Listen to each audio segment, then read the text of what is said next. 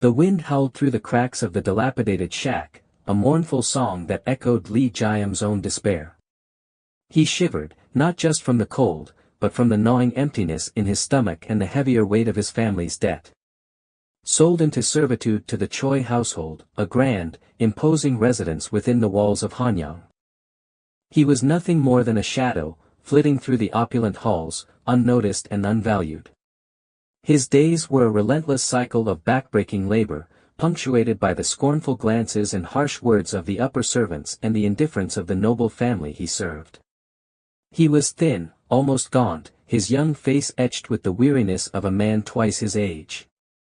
His clothes, patched hand-me-downs, hung loosely on his frame, a constant reminder of his low station.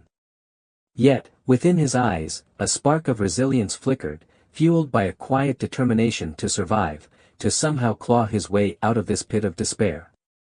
One day, while scrubbing the endless expanse of polished wooden floors, he heard the soft strains of a geum, a traditional Korean zither.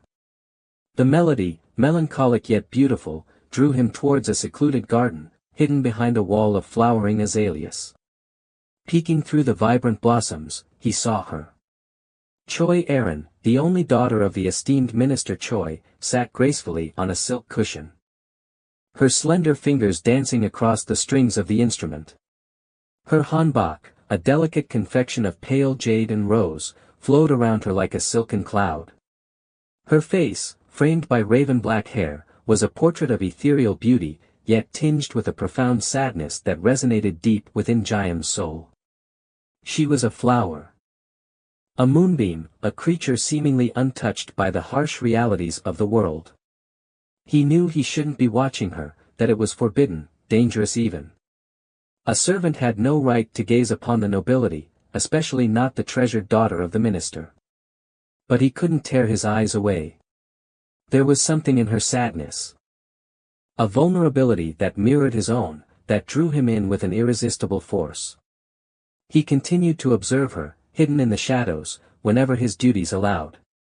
He learned her routines, the way she would pause in her playing to gaze wistfully at the distant mountains, the slight tremor in her voice when she recited poetry.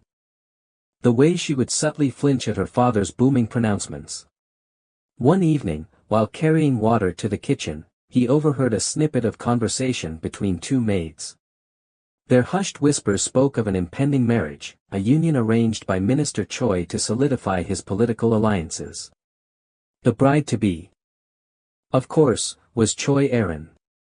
The groom, however, was not a dashing young nobleman, but the notoriously corrupt and lecherous Magistrate Park, a man old enough to be her father, known for his cruelty and insatiable greed. Jiam's heart clenched with a pain he couldn't explain. It was not his place to feel anything for the minister's daughter, let alone a possessive protectiveness that surged through him with unexpected force. He was a mere servant, she a noblewoman, their world separated by an unbridgeable chasm of social hierarchy. Yet, the thought of her being forced into a marriage with such a vile creature filled him with a desperate, burning rage. He finished the task. He started to do his job better than before. He wanted to be the one who was trusted. He couldn't explain why, but he had a duty to do, as if the gods were ordering him to do. Aeran, on a faithful day, came to Jiam. "You," she called in a soft, low voice, "what is your name?" Jiam was surprised. It had been the first time Aeran has talked to him. He hesitated for a brief moment. "I am Jiam, my lady." Aeran nodded. She did not say a word for a while. Jiam was starting to worry, but Aeran finally spoke. "I have heard from my father that I am to marry Magistrate Park. Do you know of him?" Jiam lowered his head. He dared not to see Aeran's face. "I do, my lady. He is a powerful man." Aeran slowly walks toward to Jiam.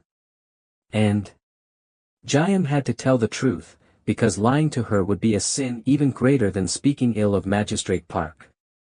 "He is said to be ruthless and cruel." "I see." Aeran then sat on a nearby chair. "I fear that I may not be able to fulfill my father's wishes." Jiam looked at Aeran. Her face was full of sorrow. He wanted to comfort her, but he was but a mere servant. He had no right to. My lady, if I may. Aeran looked up at Jayam. Her eyes were filled with tears. What is it, Jayam? Jayam hesitated. I will do anything to protect you. He said those words, then immediately regretted doing so. Aeran did not say anything, but smiled and left the room. Jayam sighed in relief, as he might have been taken to prison. The very next day, however, Jayam's fears would realize. Magistrate Park had come to visit Aeran. Jayam was ordered to serve tea to the guests. When he entered the room, he saw Magistrate Park leering at Aeran. His eyes filled with lust. Aeran, on the other hand, looked pale and trembled. Ah, the beautiful Choi Aeran, Magistrate Park said, his voice dripping with false flattery, I am honored to finally meet you. The honor is mine, Magistrate Park, Aeran replied, her voice barely above a whisper. She bows slightly, her head down. Your father tells me you are a woman of many talents, Magistrate Park continued, his gaze sweeping over her in a way that made Jayam's blood boil. Poetry, music. I am eager to experience your charms. Jayam clenched his fists, his nails digging into his palms. He wanted to smash the teapot on this pig. But he dared not. For he was a simple servant, nothing more. I am but a humble servant of my father, Magistrate, Aeran said, her voice trembling slightly. Humility is a virtue, my dear, Magistrate Park chuckled, but I assure you, I appreciate a woman who knows how to entertain. He reached out and touched Aeran's hand, his fingers lingering on her skin. Aeran flinched, but she didn't pull away. She was trapped, a bird in a gilded cage. Jayam couldn't take it anymore. He stepped forward, his voice shaking with suppressed rage. Magistrate Park, he said, the tea is getting cold.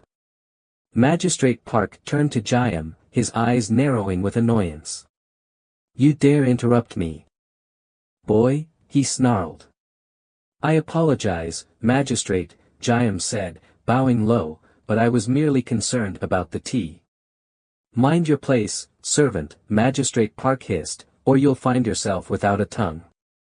He turned back to Aeran, his lecherous smile returning. Jayam retreated, his heart pounding with fury and helplessness. He knew he couldn't protect Aeran from this marriage, but he vowed to do whatever he could to make her life a little less miserable. He had to do whatever he could, even if it's just a little.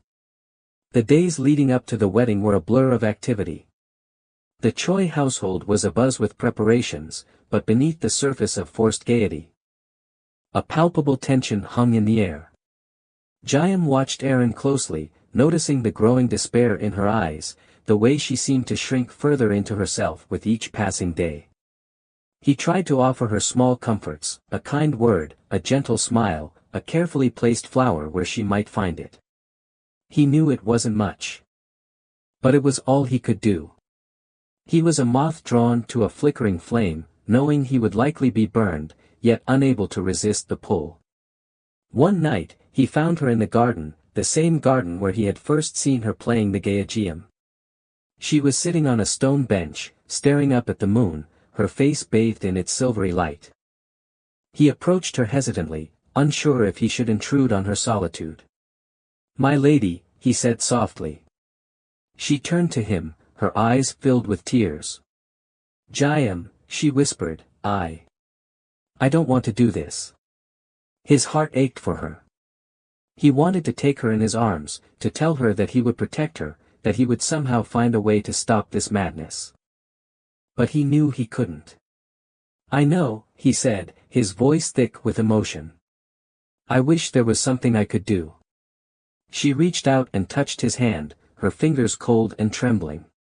Just, stay with me, she pleaded. Just for tonight. He sat beside her on the bench, not speaking, just offering her his silent presence. They sat there for hours, under the watchful gaze of the moon, two souls bound by a shared sorrow, a forbidden connection. The silence, however, was broken by the sound of approaching footsteps. It was Minister Choi. "Aeran," he said, his voice stern, "what are you doing out here at this hour?" "And with him?" Aeran quickly withdrew her hand from Jayam's, her face flushing with shame. "Father, I was just—" "Go to your room," Minister Choi ordered, his gaze fixed on Jayam. "And you, boy, get back to your duties. You have no place here." Jayam bowed low and hurried away, his heart heavy with despair. He knew that his brief moment of solace with Aeran was over, and that the inevitable was fast approaching. He could not help but to think that he had to do something. Something great, to make things right. Or at least, he wished to do something. The wedding day arrived, a bleak and somber affair despite the lavish decorations and the forced smiles of the guests. Jayam watched from the shadows as Aeran, dressed in a resplendent wedding hanbok, was led to the altar like a lamb to the slaughter. Her face was pale, her eyes devoid of any spark of life. He couldn't bear to watch. He slipped away from the ceremony, his heart filled with a bitter mixture of rage and despair. He wandered aimlessly through the streets of Hanyang, the sounds of the city fading into a dull roar in his ears.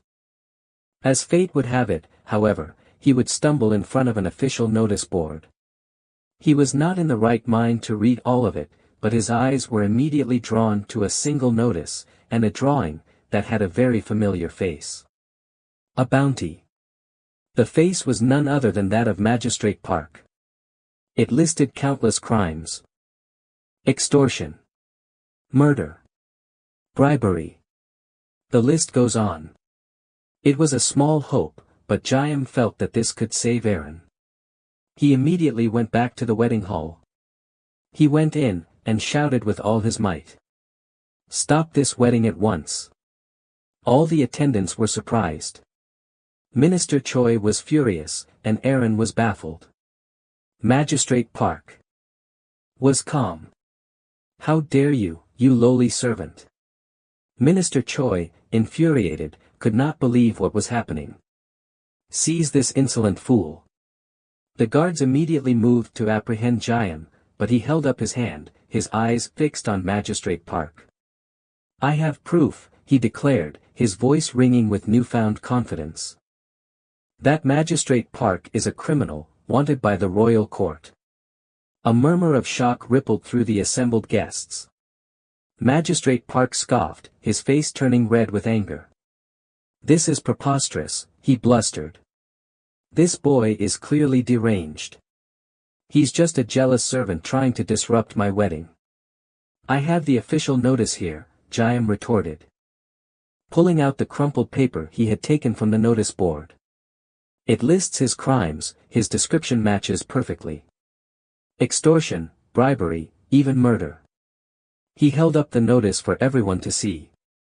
The guests gasped as they recognized the drawing of Magistrate Park, the list of his heinous crimes laid bare for all to witness. Minister Choi, his face ashen, stepped forward to examine the notice. His hands trembled as he read the damning evidence against the man he had chosen to be his son-in-law. Aeran stared at Jayam, her eyes wide with disbelief and a glimmer of hope. Was it possible? Could this lowly servant, this kind, gentle soul, be the one to save her from this nightmare? Magistrate Park, seeing his carefully constructed facade crumbling around him, knew he had to act fast. He lunged towards Jayam, his hand reaching for the sword at his side. "You lying cur," he roared. "I'll kill you for this." But Jayam was quicker. Years of hard labor had honed his reflexes, and he sidestepped the magistrate's clumsy attack. He grabbed the man's wrist, twisting it with surprising strength. "The only one going anywhere is you, magistrate," Jayam said, his voice cold and steady. "To prison." The guards, realizing the truth, turned on Magistrate Park, seizing him and placing him in shackles. The wedding was over. The nightmare was over. Minister Choi, humbled and ashamed, approached Jayam. I don't know what to say," he stammered. "You saved my daughter, my family, from a terrible fate. I misjudged you, Jayam. I am in your debt. Jayam bowed low. There is no debt, minister, he said. I only did what was right. Aeran, her eyes shining with tears of relief and gratitude, came to Jayam's side. She took his hand, her touch sending a jolt of warmth through his body. Thank you, Jayam, she whispered. You are my hero. But the victory was short-lived. While Magistrate Park was exposed of his crime, he was not just some simple criminal. He had deep connections, enough that he would be able to escape without much problem. Jayam would be the one in danger, as he was the one who had directly defied the magistrate. Jayam had to disappear. He had to run away, not just from the magistrate, but from the capital. He would be a criminal, if he was caught. He could only hope that Aeran would be safe. He had no time to see her before running away. He could only hope that she was well, and that she would continue to live on well. He had to do it. And he will do it. For her. Jayam ran. He ran as fast as his legs could carry him, leaving behind the only life he had ever known, the woman he loved, and the city that had both sheltered and betrayed him. He ran until the grand palaces and bustling markets of Hanyang were nothing more than a distant memory, replaced by the rugged, unforgiving landscape of the mountains. He found refuge in a small, secluded cave, hidden amongst the towering pines and jagged peaks. He lived off the land, foraging for berries and roots, hunting small animals with makeshift traps. His body, once thin and weak, grew stronger, hardened by the harsh realities of his new existence.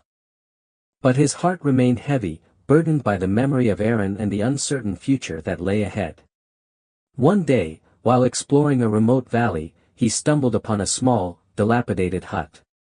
Smoke curled from its chimney, a sign of life in this desolate wilderness.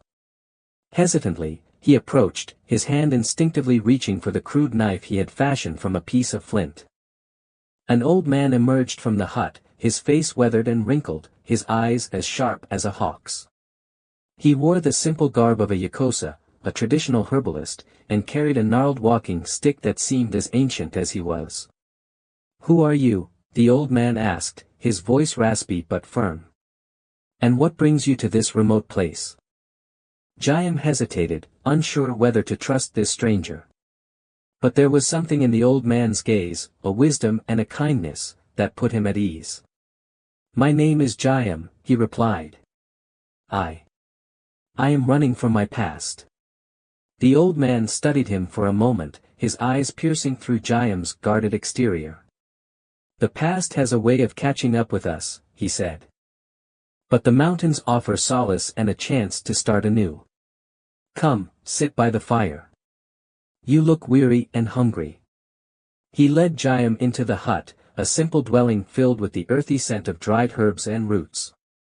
He offered Jayam a bowl of steaming broth, made with wild mushrooms and medicinal plants. As Jayam ate, he told the old man his story, pouring out his heart to this stranger who listened patiently, without judgment. The old man, whose name was Han, was a recluse, a yakosa who had spent his life studying the healing properties of plants. He had fled the city long ago, disillusioned by the corruption and greed he had witnessed. He saw in Jayam a kindred spirit. A young man seeking refuge from the injustices of the world. The mountains are a harsh mistress, Han said, but they also offer great rewards. I can teach you the secrets of the plants, the ways of survival, if you are willing to learn. Jayam eagerly accepted. He spent his days with Han, learning to identify the countless herbs and roots that grew in the mountains. Their medicinal properties, their hidden dangers. He learned to hunt and trap, to build shelter, to read the signs of nature. He was a diligent student, his natural intelligence and his newfound strength making him a quick learner. He felt a part of him that he had never known before, start to grow, to become whole. He was no longer the servant. As the seasons changed, Jayam's body transformed. The constant physical exertion, the fresh mountain air, the potent herbal remedies he consumed, all combined to make him stronger, more resilient than he had ever imagined.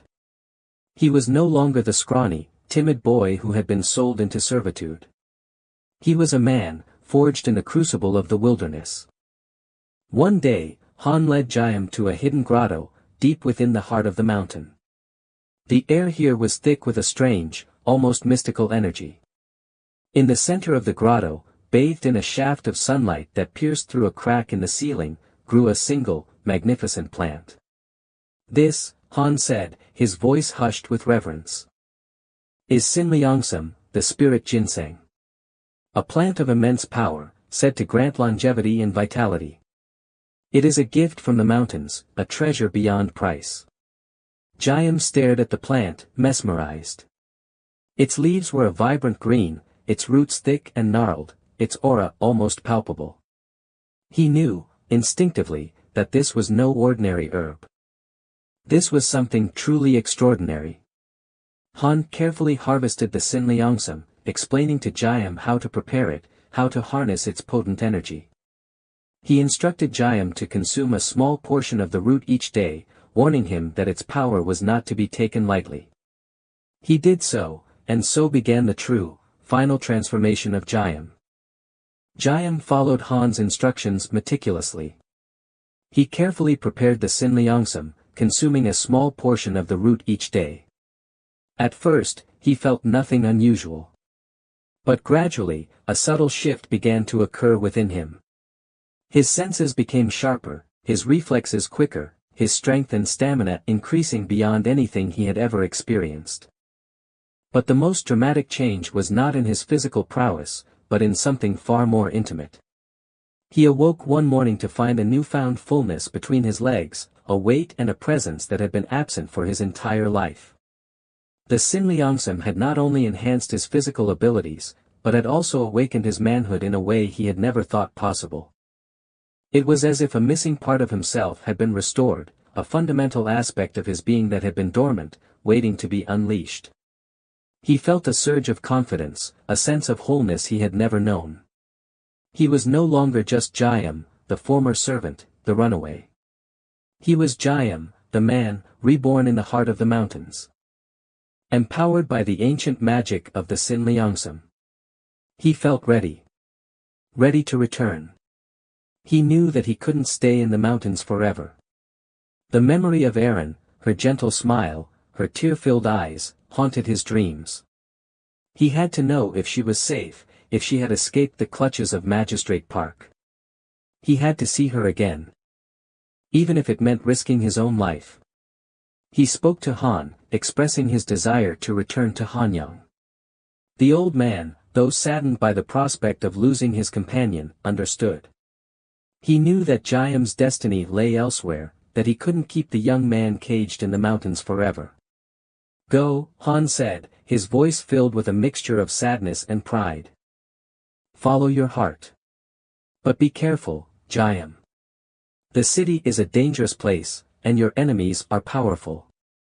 He gave Jayam a pouch filled with dried herbs, a small knife, and a few coins. He also gave him a warning. The Sinliangsam has given you great power, he said, but power can be a corrupting force.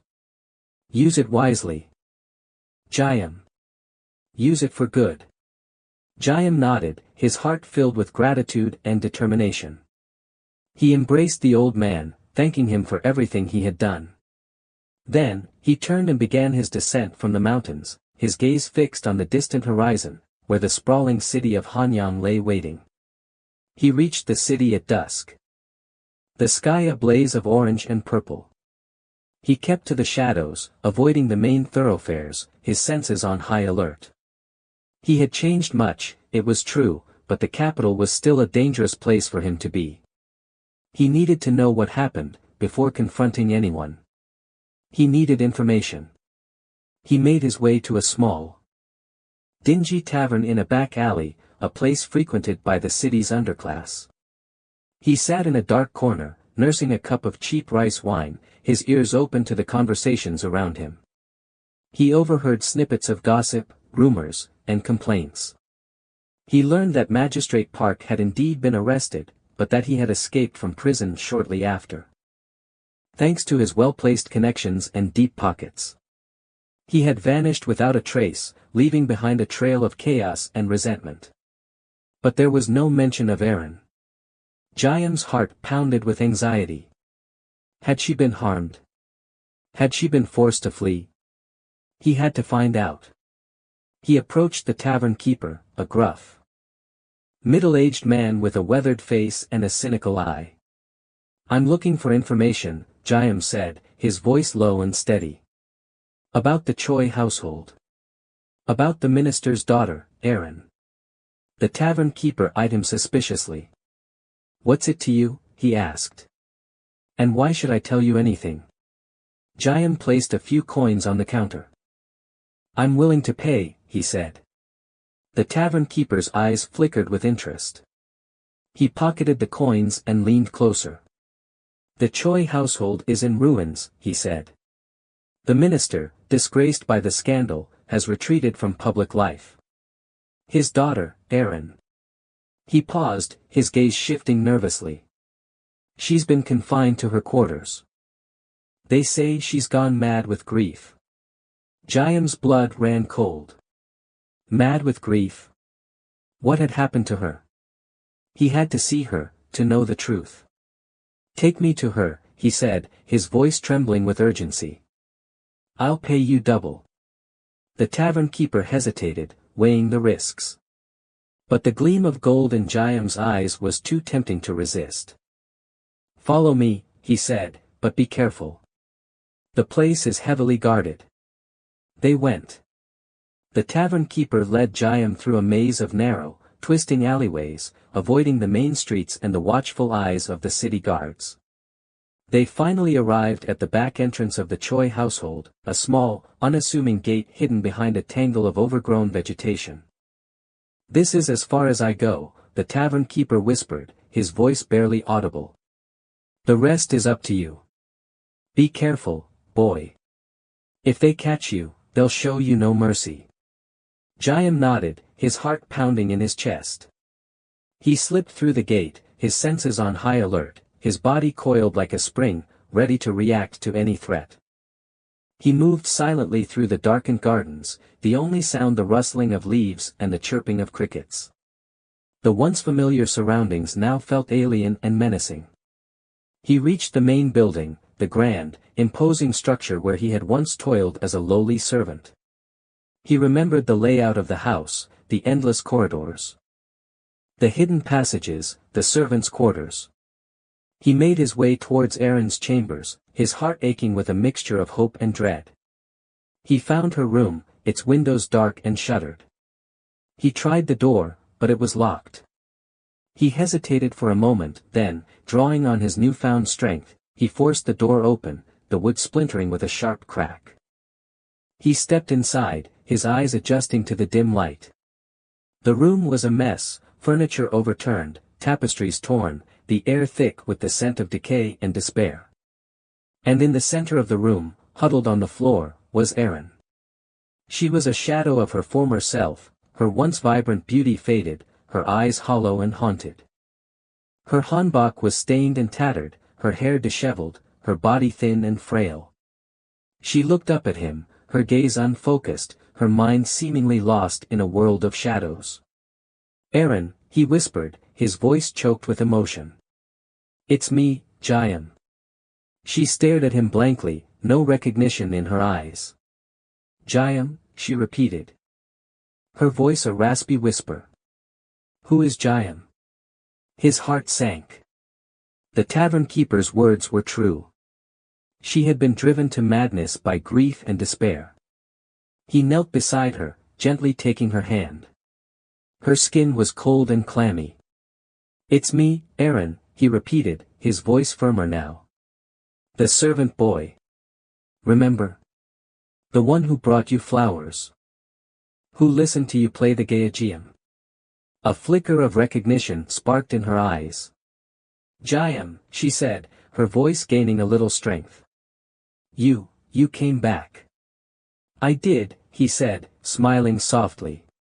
"I promised I would protect you, remember? She nodded, a single tear rolling down her cheek. They said you were dead," she whispered. "They said you were a criminal." "I'm not dead," he said, his voice filled with determination. "And I'm not a criminal. I'm here to take you away from this place, to make you well again." He helped her to her feet, her body trembling with weakness.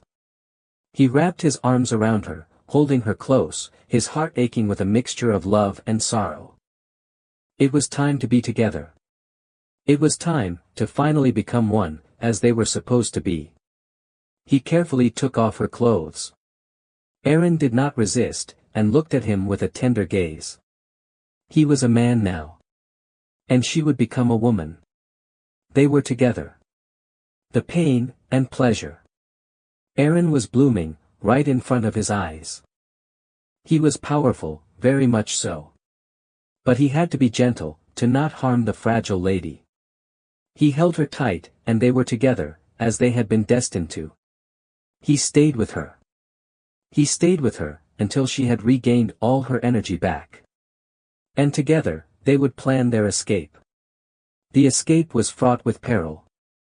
Jayam, drawing upon his skills learned in the mountains, navigated the treacherous back alleys and hidden passages of Hanyang, always one step ahead of the guards who still patrolled the city, searching for him and, now, for Aeran.